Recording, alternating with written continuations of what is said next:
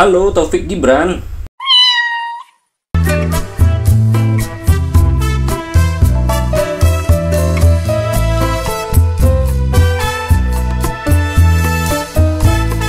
Bekicot.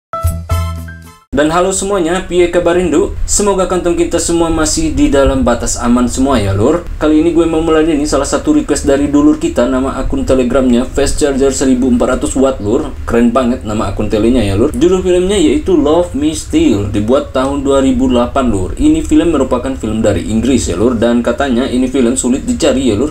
Emang bener sulit lur ternyata. Meski film-film Inggris itu seliweran sono sini, tapi film ini beda lur. Karena ini film indie makanya sulit dicari ya lur. Ini film berdurasi 1 jam 35 menit yang mana disutradarai oleh Denny Hiller. Sebenarnya beliau cukup ternama sebagai sutradara karena banyak menyutradarai TV series lur. Sutradara senior ini menyutradarai TV series Silent Witness pada tahun 1996 dan TV series tersebut telah memenangkan 8 penghargaan lokal ya lur. Salah satunya sebagai Best Television Feature or Miniseries di Edgar Allan Poe Award 1999 lur. Dan serial crime paling laris di Inggris lur yang judulnya ini lur. Dan ditayangkan beberapa season semenjak tahun 1983 sampai dengan 2010 ya lur. Dan Denny Hiller di situ juga terlibat di episode yang berjudul Falling in Love di tahun 2001 ya lur.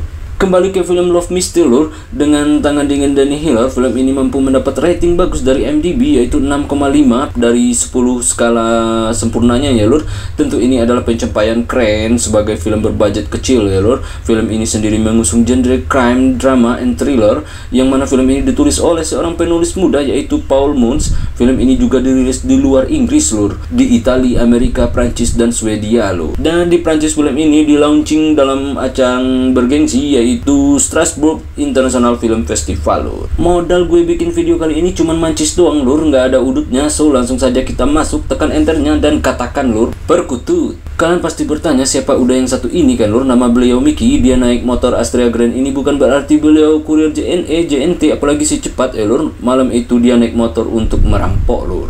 Dan dia melakukan perampokan itu dengan cukup sadis dan oleh karena itu pula dia akhirnya masuk hotel Prodeo lur. Dan dia pun menerima hadiah 8 tahun kurungan penjara ya lur. Dan ini adalah anak istri Mickey lur. Mereka cukup stres menerima kenyataan tulang punggung keluarga di penjara lur.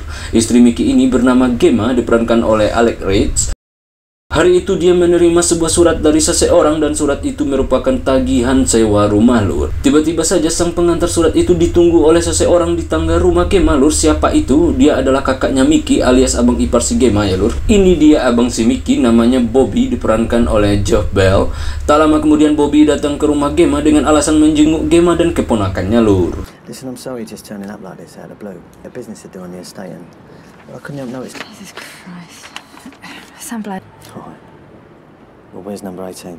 Baik niatnya kalau dilihat ya lur. Dan Gemma menceritakan barusan saja dia ditagih sewa rumah. Dan Bobby pun menanyakan siapa yang menagih dan di mana rumah sang pemilik. Gemma pun menunjukkan ke Bobby rumah orang itu.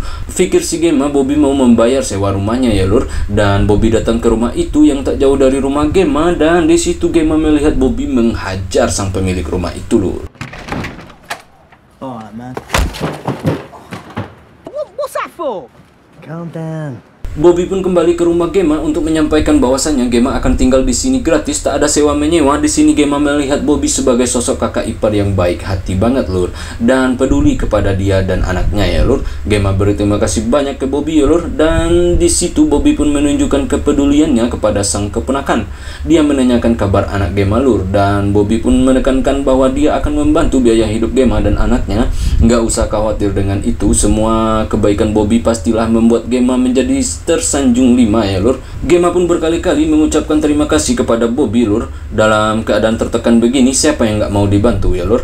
Dan Bobby pun memeluk Gemma dan dia nyium pipi Gemma adik iparnya itu. Namun Bobby tak mau melepaskan lur ciumannya itu dan Gemma pun sedikit memberontak melepas dekapan Bobby. Dia merasa aneh saja si Bobby kok kayak gitu lur. Dan Bobby pun tak maksa, dia pun pamit pulang lur. Nah malamnya nampak Bobby ketemuan dengan 2 orang tadi lur. Yang satu si pemilik rumah, yang satunya lagi tukang ngantar surat tadi ya lur. Di situ nampak Bobby mengatur semua ini lur. Dia yang menyuruh orang itu mengintimidasi si Gemma. Ada apa ini?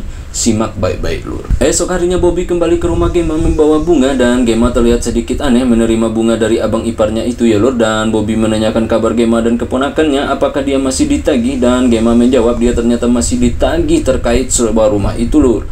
Dan Bobby pun menjanjikan dia akan segera melunaskan semua tagihan Gemma, dan dia pun mengajak Gemma pindah bersamanya agar bisa hidup tenang. Dan Bobby pun mengatakan ke Gemma perkara yang dibuat oleh si Mickey berbuntut panjang, para preman pasar Rebo dendam ke Mickey karena kasus perampokannya itu lur. Dan Bobby takut Gemma dan anaknya akan menjadi sasaran mereka. Bobby pun ingin menjaga mereka. Di situ Gemma terlihat takut ya lur. Bobby menenangkan Gemma dengan memberinya bir, dan di situ Bobby meyakinkan Gemma untuk tetap tenang. Dia akan berusaha menjaga Gemma dan anaknya lur. Dalam kondisi tertekan seperti itu, Bobby kembali mengambil kesempatan, dan kali ini dia ngekis bibir Gemma, dan Gemma nampak berat hati menerima kisannya ya lur. Namun Gemma mencoba membuat Bobby tak tersinggung menolak kisannya ya lur. Tetapi segera saja Gemma melepas kisan itu. Dia nggak ingin ini menjadi sebuah kesalahan. Kasihan dengan Mickey, kata Gemma yang sedang dipenjara. Dan Gemma izin ke depan untuk melihat anaknya yang sedang bobo. Tetapi Bobby tak membiarkan Gemma pergi. Dia pun memaksanya bergelut, dan akhirnya mereka pun bergelut siang itu lur, karena paksaan dari si Bobby ya lur. Dan di sini nampak saudari perempuan si Bobby dan Mickey ya lur, namanya Maggie, diperankan oleh Camille Chuduri. Saat itu dia sedang ngobrol dengan suaminya serta ayahnya lur. Ini beliau lur, yang tentunya juga ayah dari Bobby dan Mickey juga ya lur. Pastinya pula beliau adalah mertua si Gemma lur. Usai digelut si Bobby siang itu, nampak si Gemma sedang dandan-dandan. Pasti dia udah berantakan dibanting atas bawah kiri kanan oleh si Bobby ya lur. Dan Bobby pun memberi pekerjaan ke Gemma, yaitu menjadi kurir narkoba lur. Mau tak mau Gemma pun melakukannya. Janji Bobby membantunya, ternyata bantu ini tadi lur. Dia dikasih pekerjaan untuk menjadi kurir narkoba ya lur. Emang kampret si Bobby ini. Dan tak lama kemudian Bobby pergi, sang ayah mertua pun datang, dan Gemma nggak membukakan pintu lur. Dia membiarkan ayah mertuanya gedor-gedor pintu dari luar karena hari itu dia ada tugas mengantar narkoba lur. Ini nampak dia sedang transaksi dengan seseorang ya lur. I got the time, please. Thank God. I don't even know what it means. I ain't done this before. A little tip. That means I ask you the time. It's tough first time, love. Di skin lain nampak pula si Mickey di dalam penjara, di mana dia curhat ke temannya. Dia merindukan anak dan istrinya. Dia sangat takut mereka di luar. Kenapa karena lingkungan mereka penuh dengan premanisme. Ketakutan Mickey nampak menjalar ke Gemma ya lur. Malam itu Gemma mengunci erat-erat pintu rumahnya. Dia takut Bobby datang lagi. Dan esok harinya Bobby datang ke rumah ayahnya, dan dia juga bertemu dengan si Maggie, adiknya ya lur. Dia menyampaikan ke mereka ingin menjaga Gemma dan keponakannya. Namun ayahnya dan si Maggie menolak keras karena mereka tahu siapa Bobby ini. Suatu hari Gemma menelpon Maggie, si adik ipar lur. Ternyata curhat tentang perangai Bobby selama ini, dan dia cerita apa yang dilakukan Bobby kepadanya. Namun bukan Maggie nggak mau bantu lur. Maggie nggak bisa mengendalikan kakaknya yang satu itu karena dia keras kepala banget katanya. Bobby bisa ngamuk kalau ditegur. Dia nggak peduli siapa-siapa, dan Maggie meminta Gemma untuk selalu mengunci pintu rumah lur. Tak ada solusi, Gemma pun pusing 1000 keliling lur. Bisa dibayangkan bagaimana stresnya Gemma ya lur. Tak ada tempat mengadu sama sekali. Bila terus begini, aku tak tahan lagi, aku tak mau lagi. Hari pun berlalu, sementara Mickey masih di penjara. Abangnya si Bobby dengan semangat 45 terus saja menggeludi si Gemma kapanpun dia mau ya lur, dan dia melakukan dimanapun dia suka. Dan hari itu saat dia bergelut dengan si Bobby di rumah, anaknya pulang dari sekolah, dan Gemma tak diperbolehkan buka pintu oleh sama si Bobby. Anaknya pun dijaga oleh tetangganya saat itu lur, menunggu si Gemma usai gelut dengan Bobby alias pamannya anak Gemma ya lur. Esok harinya Gemma dikejar oleh seorang pria yang membeli narkoba dari si Bobby, di mana Bobby menipunya memberi barang palsu lur.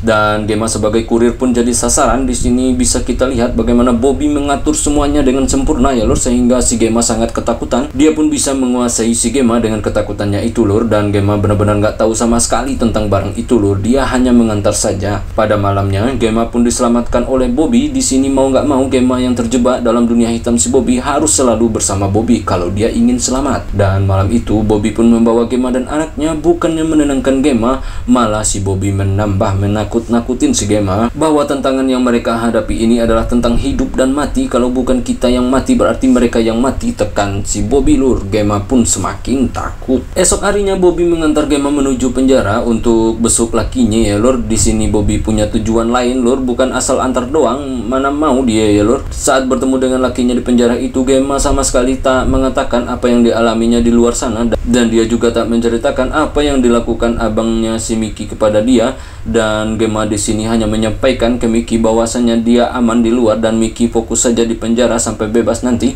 berbuat yang baik-baik agar mendapat remisi, pesannya si Gemma lur, dan bebas lebih cepat nantinya. Mendengar itu tentu Mickey sangat senang ya lur, bahwa anak bininya aman di luar sana. Dia pun gak jadi banyak pikiran dan Mickey meminta Gemma menjaga anak mereka dengan baik. Dia janji akan segera bebas lur. Dan Gemma nampak gundah gulana mendengar itu ya lur. Satu sisi dia senang dan satu sisi lagi dia takut lur. Kalau Mickey keluar melihat Bobby tengah dekat dengannya, pasti kacau dunia perkebunan ya lur. Dan Gemma pun pamit pulang hari itu lur.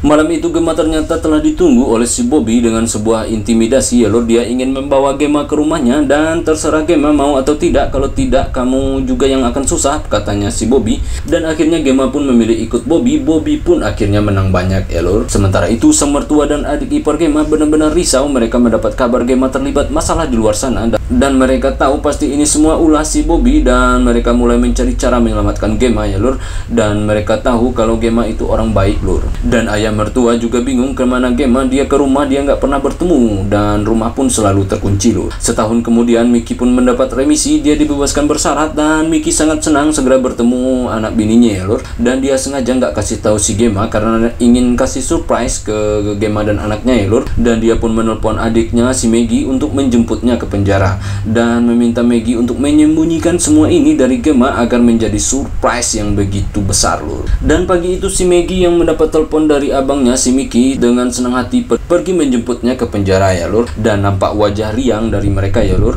Dan Mickey meminta Maggie langsung mengantarnya ke rumah. Di sini Maggie tahu kalau Gemma tak ada di rumah itu lagi ya lur. Namun dia tak mengatakannya biar Mickey yang mencari tahu sendiri. Dia nggak ingin mengacaukan sumringahnya si Mickey ini lur. Dan sesampainya di rumah dengan senyum lebar dan setangkai bunga di tangannya, betapa terkejutnya si Mickey melihat rumahnya sudah kosong. Dan dia benar-benar kalang kabut lur. Darah Mickey naik 1000%, tahu anak bininya tak di rumah lur.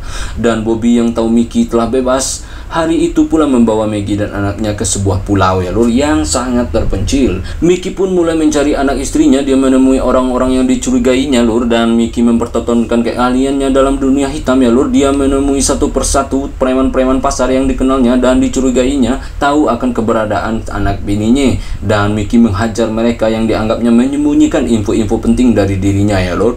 Mickey benar-benar panik lur. Dan dia pun dibawa Maggie ke rumah ayah mereka. Di situ Maggie berdiskusi dengan suaminya, kasih tahu atau enggak ke Mickey. Kalau kasih tahu pasti ada yang mati antara keduanya, dan kalaupun enggak dikasih tahu ujung-ujungnya pasti Mickey juga akan tahu, pikir si Maggie ya lur. Dan Mickey pun bertemu ayahnya, dan disitulah sang ayah yang sudah muak dengan gawe si Bobby akhirnya memberitahu si Mickey kalau si Gemma bersama dengan si Bobby dan kebersamaan mereka sudah sejak dari dulu. Dan di sini bukan salah Gemma melainkan Bobby yang menjebak si Gemma, terang ayahnya si Mickey ya lur. Dan darah bergelut si Mickey pun naik 1000% lagi lur, akhirnya menjadi 2000 ya lur. Dari keterangan ayahnya lah akhirnya Bobby pun menyusun rencananya. Dia nggak perlu banyak cari tahu lagi, dia akan berfokus mencari di mana si Bobby. Dan Mickey pun menggunakan jaringan lamanya. Dia menemui satu persatu temannya yang kenal dengan si Bobby lur. Namun tak ada yang tahu satupun. Hampir setahun sudah Bobby tak terlihat lagi, kata teman si Mickey. Dan Mickey tak patah arang lur, dia terus berusaha. Sementara itu Bobby dan Gemma beserta anaknya telah sampai ke sebuah rumah yang sangat terpencil di sebuah pulau ya lur. Dan Bobby yakin Mickey nggak akan sampai di sini. Tak ada yang tahu rumah ini, pikir si Bobby. Sementara itu siang dan malam Bobby tak pernah berhenti menelusuri sudut kota mencari anak bininya.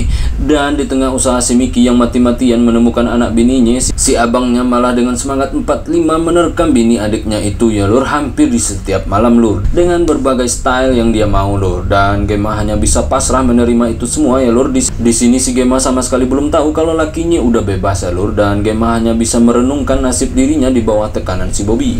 Suatu hari Gemma melihat si Bobby pagi itu masih terlelap tidur dan anaknya di kamar sebelah. Setelah bangun dan muncullah ide dari si Gemma untuk kabur dari rumah itu ya lur. Diam-diam Gemma pun keluar rumah dan mengunci pintu dari luar. Dan Gemma dengan penuh keyakinan berhasil lolos ini lur. Akhirnya gagal ketika tiba-tiba saja Bobby keluar dan menahan si Gemma. Namun Bobby tak menahannya sama sekali. Bobby membiarkan mereka pergi dan Bobby pun menekankan kepada si Gemma dengan psikisnya lur, bahwasanya jika mereka pergi dari sini bukan hanya si Gemma yang terancam melainkan anak Gemma. Family. Why can't I just have a normal life? Mendengar itulah Gemma pun takut menjauh dari Bobby ya lur. Mickey yang tengah panik pun akhirnya merekrut teman-teman lamanya untuk menyebar mencari tahu keberadaan si Bobby. Dan mereka pun dengan senang hati untuk mau membantu si Mickey ya lur. Mereka menelusuri sudut-sudut kota dan linknya si Bobby untuk mencari informasi dikit demi sedikit. Dan Mickey benar-benar merasa terbantukan oleh teman-temannya ini ya lur. Sementara itu Gemma hampir tiap malam harus dengan senang hati meladeni si Bobby lur. Dan Gemma pun selalu melakukannya dengan tangis dan air matanya ya lur. Sementara itu si Mickey yang belum juga mendapat kejelasan informasi tentang si Bobby ini akhirnya harus benar-benar belajar bersabar menghadapi kenyataan ya lur.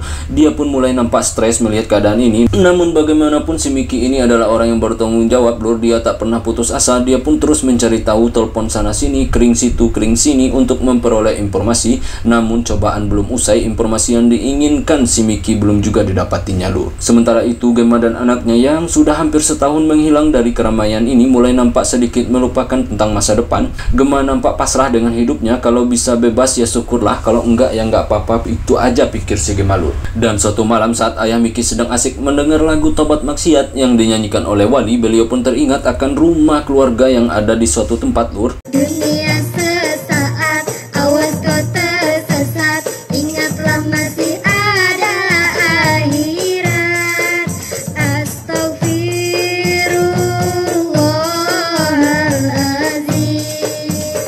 Dan rumah itu tak pernah dikasih taunya kepada si Mickey, hanya Bobby dan Maggie yang tahu rumah itu. Karena Bobby anak tertua pernah hidup di sana ya lor. Dan rumah itu penuh dengan kenangan pahit. Tempat itulah ibu mereka meninggal saat melahirkan si Mickey lor. Dan saat itu Bobby masih remaja sementara Maggie masih balita ya lor. Dan sang ayah berpikir Bobby membawa Gemma ke situ ya lor. Namun belum sempat sang ayah menceritakan tentang rumah itu ke Maggie dan si Mickey, esok paginya tiba-tiba sang ayah udah tiada lor. Beliau meninggal karena minumannya diracuni lur.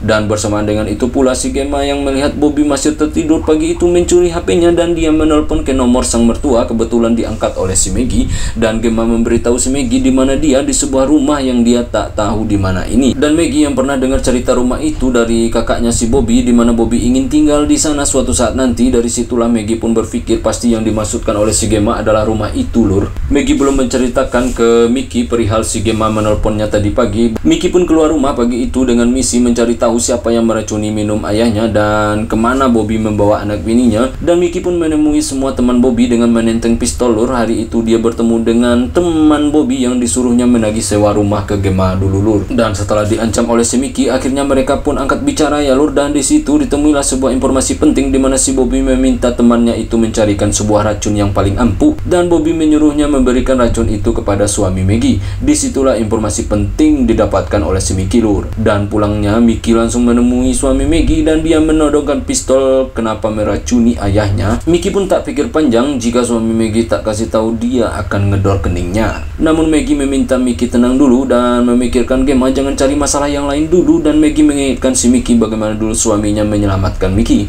Dan Mickey berhutang nyawa ke suaminya. Akhirnya Mickey pun mengurungkan niatnya lur. Suami Maggie pun akhirnya selamat. Dan esok harinya si Bobby pergi ke kota untuk menghadiri pemakaman ayahnya. Sementara itu Gemma telah bersiap dengan tasnya. Saat Bobby pergi ke kota, Gemma dengan nekat kabur menggunakan mobil yang satunya milik si Bobby lur. Dan akhirnya dia pun pergi dengan mobil itu ya lur. Dan di scan lain saat Bobby berada di pemakaman terlihat semua hadir. Ayah mereka yang seorang ketua preman pasar Rebo. Tentu pemakamannya dihadiri oleh centeng-centeng pasar ya lur. Dan disitulah Bobby bertemu dengan Mickey untuk pertama kalinya semenjak dia bebas lur.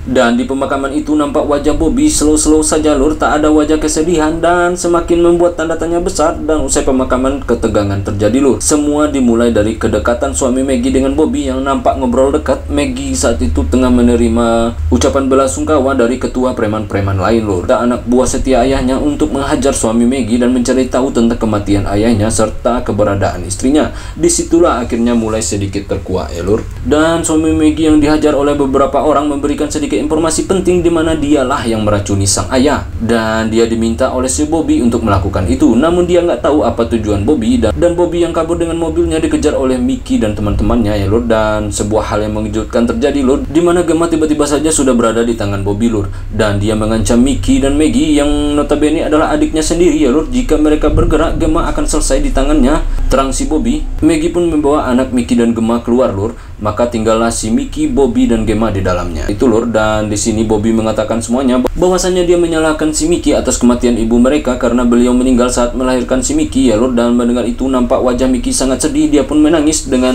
hujatan si kakak, dan Bobby merasakan dia selalu menjadi yang kedua di mata ayah mereka, dan ayahnya selalu menomorsatukan si Mickey padahal dialah anak tertua di keluarga mereka. Sementara itu dia mengambil Gemma dan anak Mickey karena dia ingin Mickey merasakan menjadi yang kedua, dan Bobby mengatakan dialah yang menjebak Mickey sehingga masuk penjara karena Mickey datang ke sana bukan untuk merampok lur. Namun Bobby meminta anak buahnya menembak seseorang di dalam gedung itu sehingga seolah-olah Mickey yang melakukannya, sehingga Mickey pun akhirnya menjadi tersangka. Nah, itulah alasan kenapa Mickey dipenjara lur. Dia pun ditangkap bukan karena kesalahannya ya lur, dan alasan dia merancuni sang ayah karena dia membencinya. Dan Bobby telah membuat rencana membagi warisan dengan suami Maggie. Dia mendapatkan rumah yang di pulau itu, suami Maggie mendapatkan yang di kota itu lur. Dan tiba-tiba saja Bobby meminta mereka menyelesaikan secara jantan tanpa senjata, dan Bobby melepas si Gemma, namun dia salah besar lur. Dia melepas si Gemma ke sofa yang dimana ada pistol di atasnya, dan langsung saja si Gemma ngedor Bobby, dia pun akhirnya mati lur.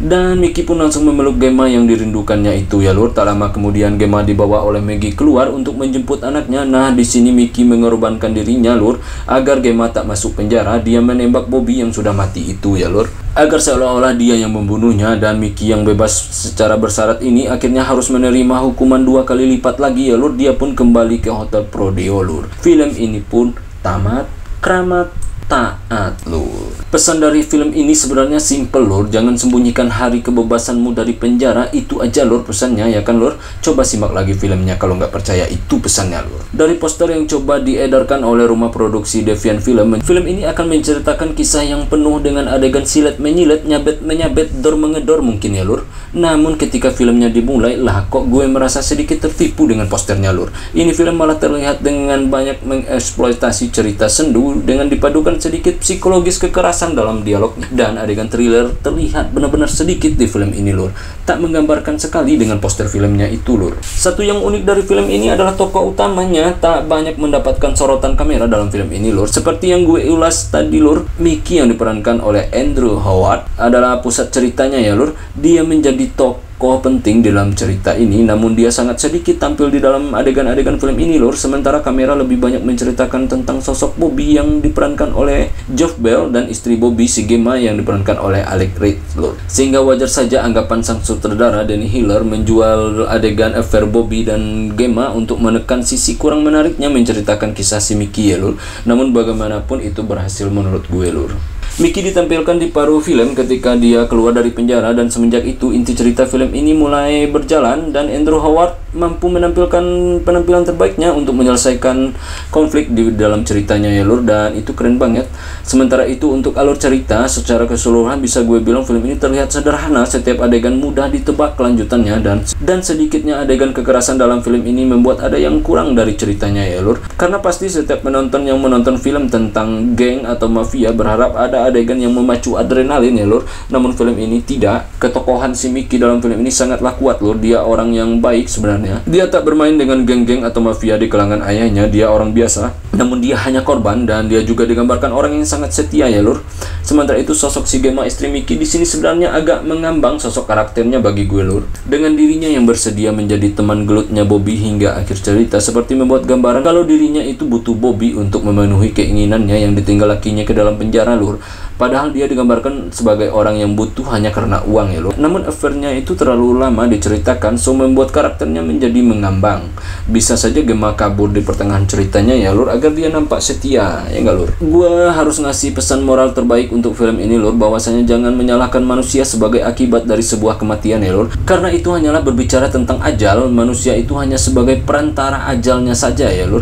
Tak ada orang tua yang menomorduakan anaknya ya lur. Semua yang dilakukan orang tua itu hanya untuk memberi perhatian lebih kepada anak yang butuh perhatian lebih, Lur. Bukan berarti menomorduakan. Sejatinya tak ada manusia yang bisa adil, ya kan, Lur? Oke, Lur, sampai di sini dulu dan saatnya gue ciao, Lur.